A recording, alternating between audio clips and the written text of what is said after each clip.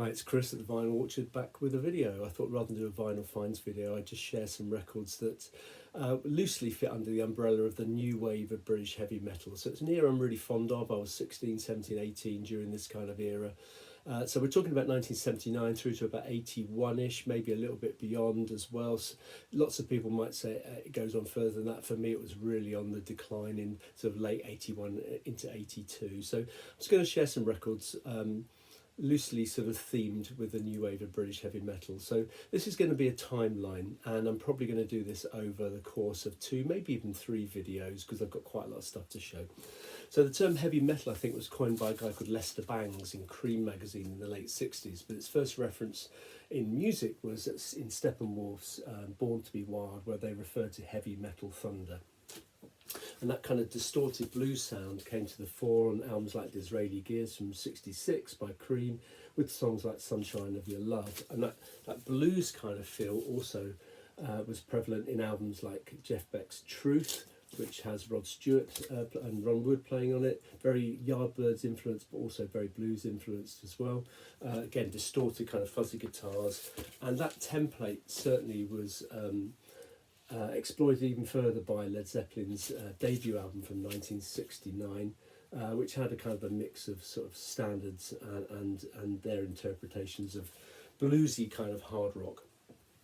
The first heavy metal album for me, though, is one of the greatest heavy metal albums of all time, and that's the debut album from Black Sabbath by Black Sabbath. And the track Black Sabbath, the opening song, is, I think, their best song, actually. And it also, not this album, yeah, of course, formed a template for many heavy metal bands that were formed subsequently.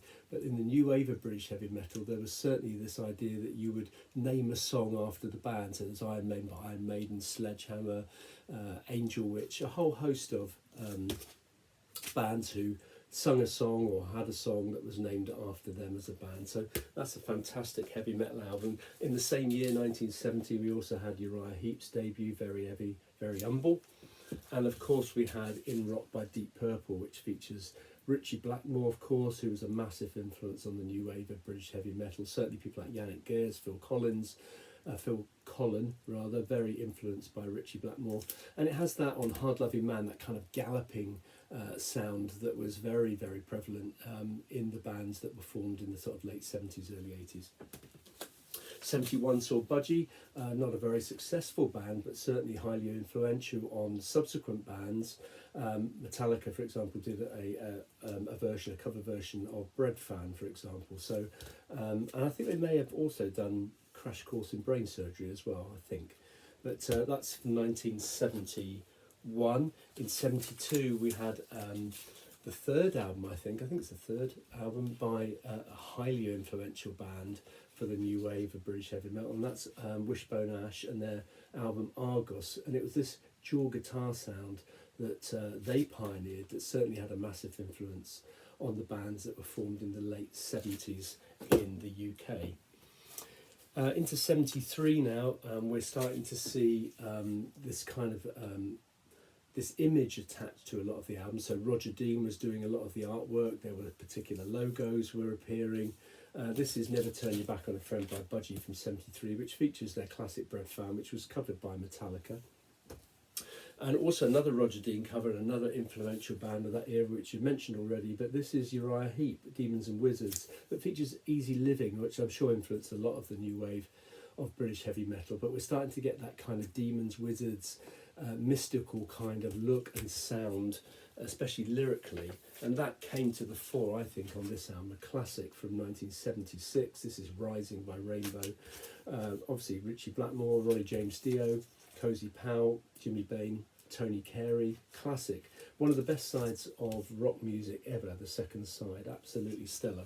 But in 1976 we had punk. That started to happen, and certainly 1977 was kind of like the year for punk.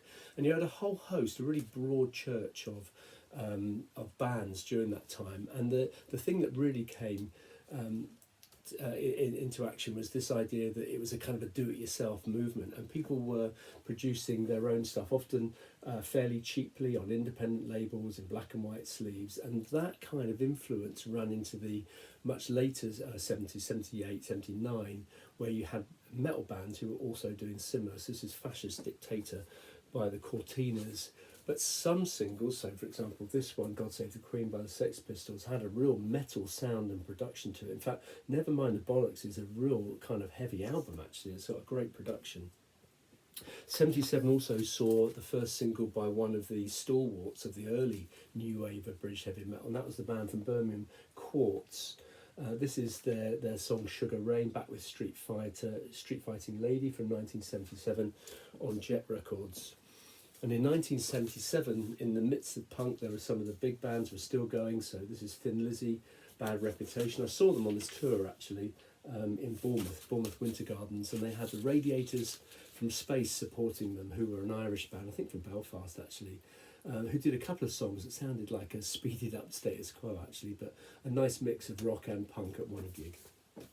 77 saw, I think, almost, if not the best album by this band, possibly the second best album, and that's Let There Be Rock by AC/DC. This band were hugely influential on the new wave of British heavy metal. You know, if you don't have any AC/DC, you don't have Saxon. So this is one of those first albums where every track is a rock song. I don't know if you would call them heavy metal, they'd probably call themselves more rock and roll, but great album. In 77, I remember buying this single, and it was like nothing I'd really heard before in many ways. It was heavy, but it also had a punky kind of attitude. And it was the debut single from Motorhead, so another band who named their song after their band name. So this is Motorhead by Motorhead on Chiswick Records, kind of renowned for kind of punk rock, pub rock, probably more than punk rock. This is probably the only song I've ever heard that mentions the word parallelogram, but this I think is absolutely classic. I was blown away by this single. And it kind of mixes punk and heavy metal. It's neither of the two. It kind of amalgamates the two. And that was possibly the key behind the new wave of British heavy metal. Big influence on that movement, though, was this band. So much more technical than Motorhead, but also featured that kind of Wishbone Ash idea of dual guitars, but in a much more kind of metallic way. And we're starting to get that gloomy, we're starting to get that kind of particular typeface and the gloomy images, and also the titles, things like Sinner, Let Us Pray, Call for the Priest, Dissident Aggressor. So that's much more kind of, you know, metallic looking and sounding albums. Some of the stalwarts were producing stuff at this time as well. So we had the first stuff from Whitesnake, not very metal at all. This is a Snakebite EP from 78, came out on white vinyl. He'd done 2 solo albums subsequently, but that was the first Whitesnake vinyl. And this was the first album. This is Trouble. Again, not very rocky at all, quite bluesy.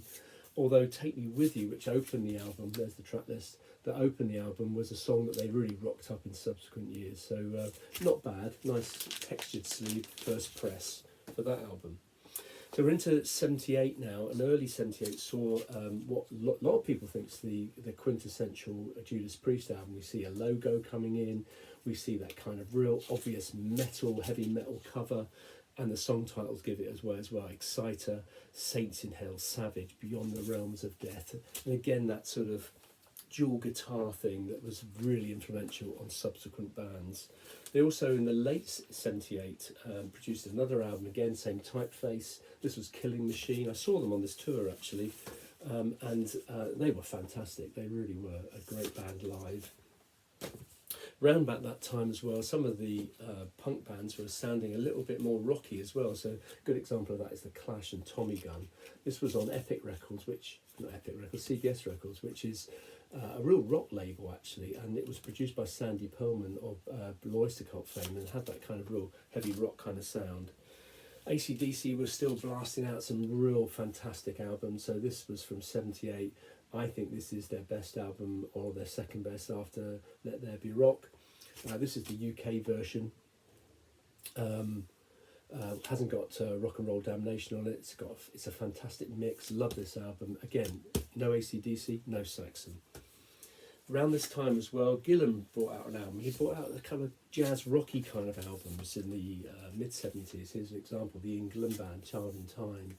which was kind of a strange mix of blues and jazz and rock. He did a song called Child in Time, which is the Deep Purple song, which it sounds nothing like that on here. It's kind of bluesy and jazzy. I really like it actually, but this album was vastly different, much more rocky. This is the Japanese album, Gillen. Really good little band. Some of the players in this band went on to play in some of the new wave of British heavy metal stuff. A player that wasn't on that album but subsequently joined Gillen was Bernie Tormé, who was around in a punk band, the Bernie Tormé band, and this is called I'm Not Ready from 1978. 78 also saw one of the best double live albums ever. A lot of people think this is touched up in the studio. I think if you listen to the bootlegs, I don't know how much it was touched up, but this is just an amazing album. Again, massive influence on the new wave of British heavy metal.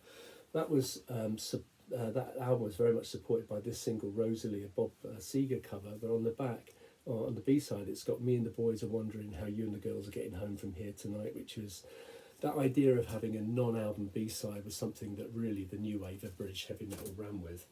And then in 1979, we also had, again, one of the greatest double live albums of all time. This is UFO Strangers in the Night. And the last album, I think, to feature Michael Schenker. They've done a series of really good studio albums leading up to this point, but this is absolutely fantastic. Knocks the studio albums out of the ballpark, really does. And then we've got this album from '79. This is on Bronze Records. This is Motorhead's second album, Overkill, featuring the title track, which I think is one of the best heavy metal tracks of all time. And again, big influence on speed, thrash metal, and the new wave of British heavy metal. They went on tour that year. They took Girls' School with them, an all-female band, which was unusual in the rock world. This is their debut single, Take It All Away, on City Records, which is much more of a punk label, actually. Also around that time, Samson produced a single, Telephone, and also Mr. Rock and Roll Man, the two kind of first new wave of British heavy metal singles. And they also produced the first new wave of British heavy metal album. Sort of unusual typeface, badly drawn pictures and logos. This is a kind of a mix of boogie rock and hard rock and blues, really. It's okay, but certainly the first historical document more than a great album to own. But at that time, we had the Soundhouse tapes were coming out from Iron Maiden. We also had in '79 the Def Leppard EP featuring Get Your Rocks Off, which was kind of real quintessential new wave of British heavy metal, although the singer Joe Elliott actually said that they weren't a new wave of British heavy metal. Wherever you listen to the overture, they really were. This is The Dam from '79. The reason I show this is because this guy on the front, Algie Ward, went on to play in Tank, which were, again, a great little new wave of British heavy metal band. Saxon in '79 brought out some singles. This is Backs to the Wall, backed with Militia Guard, and that comes from their debut album from '79 on Career Records. Now, French label, I'm not sure they really knew how to handle a metal band, actually, so it's a band in the infancy. It's a band kind of fighting to work out their identity. One or two good songs, Stallions of the Highway, for example, so worth picking up. Led Zeppelin, for me, were really on the wane in '79. It's all right, but it's nowhere near the stellar efforts that preceded it. Some kind of stalwarts of the rock scene in the UK were still going, so this is May the Sunshine, back with Expect No Mercy by Nazareth, good band. And although not British, the Scorpions were defining the sound of late 70s, early 80s metal with songs like Another Piece of Meat, which featured, I think, Michael Schenker as a guest on it as well. So fantastic single. And then in '79 came out Highway to Hell. I was due to see them on this tour. I did see them on this tour, but first time round the gig was cancelled. The support act was Def Leppard, so I was a bit disappointed. But I saw them, that was in December. I saw them in the January of 1980. And Def Leppard weren't supporting, but Diamond Head were, and they were sensational. And what I found out many years later is that the gig I saw, which was at Southampton Gaumont, was the last gig ever done by Bon Scott, who sadly died about a month after that gig at Southampton. Also in '79 we saw Ian Gillan producing Mr. Universe. This was an album based on the Japanese album with a slightly new band. Features John McCoy and Colin Towns, both of which who had associations with Samson, and they went on tour as well during that time when this album came out. Samson joined them on tour, and there's a programme that I got from that time. They brought a single out to supplement the album, went with a non-album B-side. I think they must have scrabbled around for what the hell they were going to do on that B-side, because what did they choose? Well, Smoke on the Water, but there you go. Also saw them in 1980 as well. A fantastic band live. They weren't new wave of British heavy metal, but one or two of their songs, like Secret of the Dance, Roller, had that kind of almost punky vibe to it. So really good band. Judas Priest in '79 produced Unleashed in the East, or as it's often called, Unleashed in the Studio. Great Priest album, and again a template for loads of bands that followed. And also in '79, still in a kind of a blues rock kind of feel rather than metal kind of feel, were Whitesnake with Love Hunter, featuring a classic actually, Walking in the Shadow of the Blues, really great song. I did go and see them on that tour. There's the programme, Love Hunter programme, and one of the bands that supported on that tour, I think for most of that tour actually, were Marseille, and that's where I'll start the next video. So thank you very much for watching, and I hope you tune in to the next one. Cheers.